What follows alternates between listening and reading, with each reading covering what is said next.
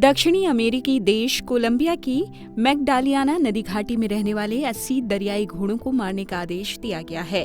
Reliance industry limited के कार्यकारी निदेशक और दुनिया के सबसे बड़े वन्यजीव बचाव और संरक्षण केंद्रों में से एक वनतारा के संस्थापक अनंत मुकेश अंबानी ने औपचारिक रूप से कोलंबिया सरकार से इन हिप्पो या दरियाई घोड़ों की जान बख्शने का आग्रह किया है। उन्होंने एक मानवीय विकल्प का प्रस्ताव दिया है। एक सुरक्षित और वैज्ञानिक तरीके से इन जानवरों को गुजरात के जामनगर में स्थित वनतारा में लाया जाएगा, जहां उन्हें स्थायी घर मिल सकेगा। अनंत अंबानी ने कोलंबिया की पर्यावरण मंत्री को चिट्ठी लिखी है और इस पत्र में अनंत अंबानी ने अपील की है। इसमें कोलंबियाई अधिकारियों की देखरेख और मंजूरी के साथ पूरी सहायता देने की बात कही गई है। ये प्रस्ताव पशु कल्याण के प्रति अनंत अंबानी की प्रतिबद्धता को दर्शाता है, जिसके लिए उन्हें हाल ही में ग्लोबल ह्यूमन अवार्ड से सम्मानित किया गया था।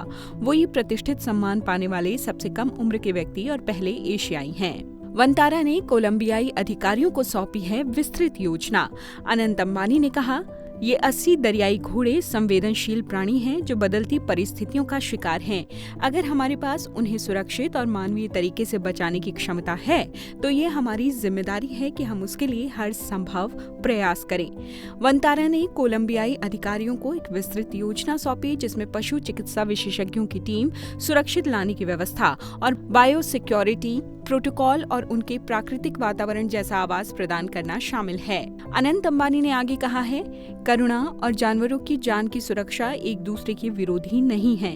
सही वैज्ञानिक सोच और योजनाबद्ध तरीके के साथ काम करें तो समुदायों और प्रकृति की रक्षा करते हुए जानवरों को भी बचाना संभव है।